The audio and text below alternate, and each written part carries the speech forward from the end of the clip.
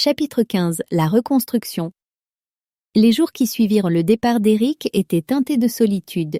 Nadia se retrouvait seule, enfin seule, avec elle-même. Le vide laissé par la rupture était omniprésent, mais c'était un vide qu'elle devait apprendre à apprivoiser. Elle savait que cette période marquerait un tournant dans sa vie, un moment où elle ne pourrait plus fuir.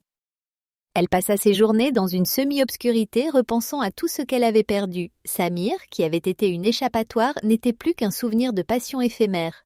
Eric, l'homme qu'elle avait aimé, avait été la clé de son bonheur, et pourtant, elle l'avait détruit.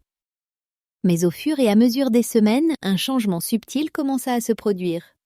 Nadia prit des décisions qu'elle n'avait jamais osé envisager auparavant. Elle s'inscrivit à des séances de thérapie, décidée à comprendre ce qui l'avait poussée à faire de tels choix.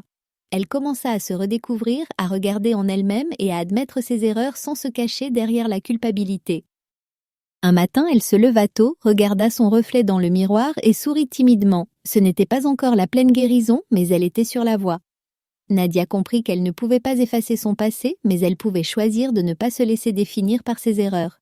Elle pouvait choisir d'être meilleure, pour elle-même d'abord. Les souvenirs d'Eric, bien qu'encore vivaces, devinrent moins douloureux.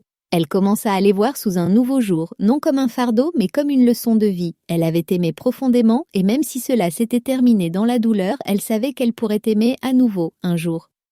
Elle se remit à écrire, une passion qu'elle avait mise de côté pendant trop longtemps.